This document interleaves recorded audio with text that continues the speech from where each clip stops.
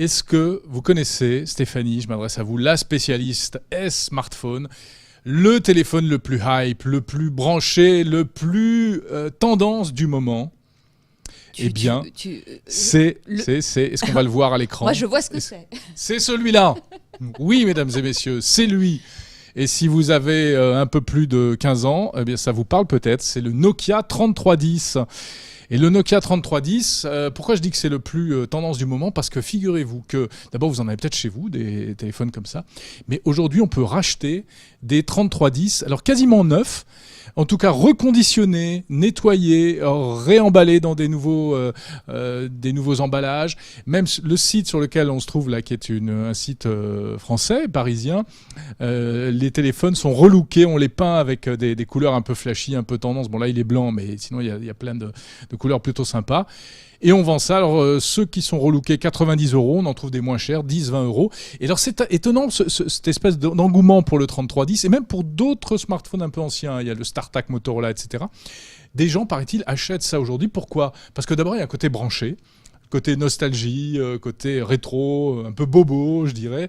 Et puis malgré tout, ça reste un téléphone qui fonctionne bien, avec une autonomie si on a juste des appels à passer et des SMS à envoyer, et une autonomie de rêve. Ça suffit amplement. Oui. Parce que ça tenait 8 jours, un téléphone comme ça. On avait un tout petit écran. En plus, donc ça consommait pas beaucoup. Donc ça consommait rien. Ouais, il n'y avait pas Internet, donc il n'y avait pas les connexions Internet. Et en plus, on n'est plus enquiquiné. Je veux dire, on n'a plus que ces SMS à envoyer, ces appels à passer. Et tout. Voilà, exactement. On lâche prise, c'est cool. On n'est pas embêté par les applis, les jeux chronophages, les push mails, etc. Et je vous rappelle les specs de cette petite merveille de technologie qui vient de sortir. Donc, c'est le premier téléphone 2G.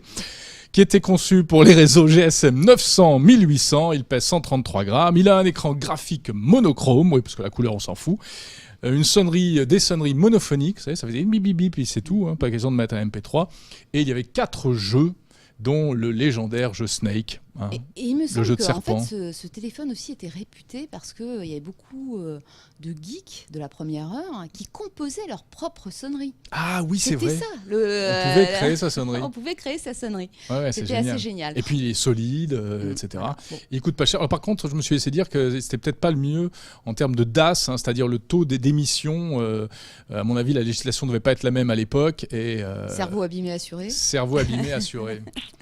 Bon, et juste une petite précision, moi j'ai juste un regret. Oui, Stéphanie. C'est d'avoir donné le mien. Parce que maintenant je pourrais être riche. J'avoue que vous devez... J'aurais pu le Alors riche, il n'y a pas encore de cote, ils sont vendus, c'est quand même assez raisonnable. On trouve à 20, attendons on trouve à 20 €. Exactement. 10 ou 20 ans et je pense que ça peut monter très haut. Tout à fait, il faut attendre et je pense que la cote du 3310 va monter.